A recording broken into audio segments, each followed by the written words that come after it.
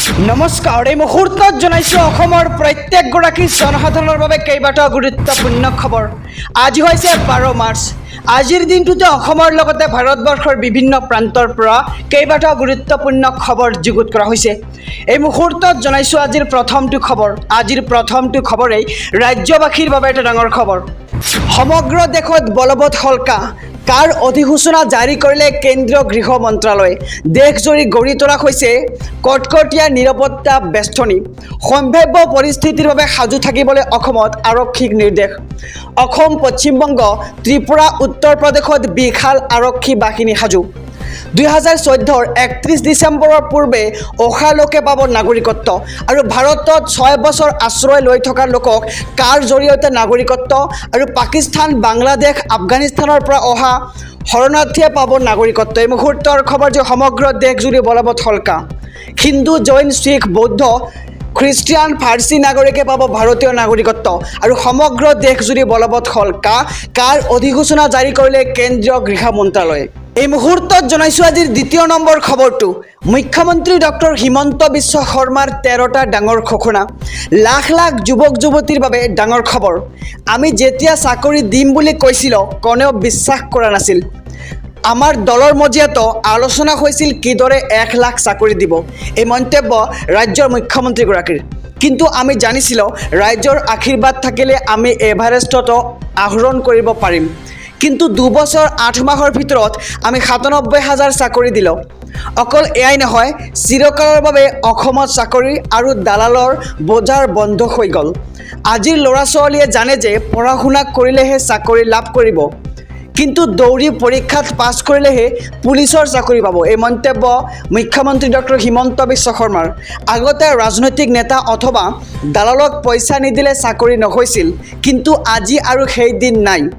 1 লাখ চাকৰি শেষ হোৱাৰ দিনাই নতুনকৈ দিয়া হ'ব 35,000 চাকৰি। আমাৰ লক্ষ্য এতিয়া 1,35,000 চাকৰি। 42 লাখ পৰিয়ালক ৰেচন কাৰ্ড দিয়া হ'ল আৰু 830 টকাৰ অৰুণোদয় হৈ গ'ল 1250 টকা আৰু 18 লাখৰ পৰা 28 লাখলৈ বৃদ্ধি হ'ল অৰুণোদয় লাভ কৰা মহিলাৰ সংখ্যা আৰু 3 লাখ মহিলাই এই বছৰতে লাভ কৰিব অৰুণোদয় আঁচনি ধন। এই সকলো মন্তব্য ৰাজ্যৰ মুখ্যমন্ত্ৰীগৰাকীৰ আৰু মুখ্যমন্ত্ৰী হিমন্ত বিশ্ব শৰ্মাৰ 13টা বৃহৎ ঘোষণা ৰাজ্যবাসীৰ বাবে। লোকসভা নিৰ্বাচনৰ বাবে অসম গণ পৰিষদৰ প্ৰাৰ্থী ঘোষণা। 2 সমষ্টিত প্ৰাৰ্থী ঘোষণা কৰিলে অসম গণ পৰিষদে। ধুবুৰী আৰু বৰপেটাত প্ৰাৰ্থী ঘোষণা।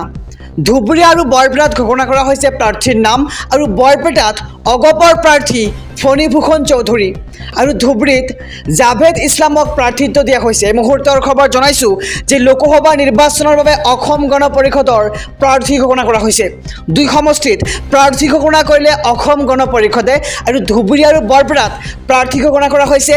বৰপেটাত অগপৰ প্ৰাৰ্থী ফণীভূষণ চৌধুৰী আৰু ধুবুৰীত জাভেদ ইছলামক প্ৰাৰ্থিত্ব দিয়া হৈছে। এই মুহূৰ্তত জনাইছোঁ আজিৰ 4ৰ্থ নম্বৰ খবৰটো। চৰ অঞ্চলৰ লোকলৈ বৃহৎ ঘোষণা মুখ্যমন্ত্ৰী ডক্টৰ হিমন্ত বিশ্ব শৰ্মাৰ। মাতব্বৰে দখল কৰি থকা মাটি দুখীয়াক বিতৰণ কৰিব চৰকাৰে। মাতব্বৰৰ দালালি এইখন অসমত চলিবলৈ দিয়া নহ'ব আৰু মাতব্বৰী ব্যৱস্থা সম্পূৰ্ণৰূপে নোহোৱা কৰিব চৰকাৰে। অসমৰ পৰা সম্পূৰ্ণৰূপে নোহোৱা হ'ব মাতব্বৰী ব্যৱস্থা। চৰ অঞ্চলৰ হাজাৰ হাজাৰ বিঘা মাটি দখল কৰি ৰাখিছে মাতব্বৰে আৰু এই সকলো মাটি পুনৰুদ্ধাৰ কৰিব চৰকাৰে আৰু এই মাটিৰ অধিকাৰ কেৱল দুখীয়া জনতাই পাব। এই মন্তব্য মুখ্যমন্ত্ৰীগৰাকীৰ আৰু চৰ অঞ্চলৰ লোকলৈ এই বৃহৎ ঘোষণা মুখ্যমন্ত্ৰী ডক্টৰ হিমন্ত বিশ্ব শৰ্মাৰ। ছৌদি আৰবত দেখিবলৈ পোৱা গ'ল ৰমজানৰ জোন। ভাৰতত 12 মাৰ্চৰ পৰা আৰম্ভ হ'ব ৰমজানৰ ৰোজা। মাজত মাত্ৰ কেইটামান ঘণ্টাহে বাকী। দেশৰ কোটি কোটি ইছলাম ধৰ্মৰ লোকে পালন কৰিব ৰমজান মাহ।